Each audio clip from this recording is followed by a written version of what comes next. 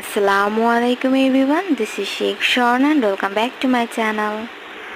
আজকের এই ছোট্ট মিনি ব্লগে আমি আপনাদের সঙ্গে শেয়ার করছি সকালবেলার নাস্তার রিভিউ।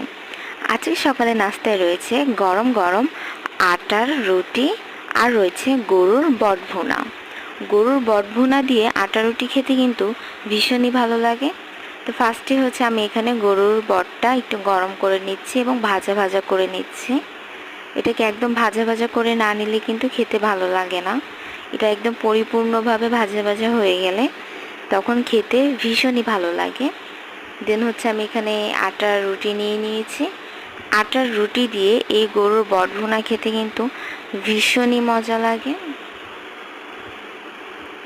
তো আমি কিন্তু এই শুধু সকালে নাস্তায় গরুর বটভুনা খেয়েছি এমনটা না, দিনেও বেশ কয়েকবার খেয়েছি।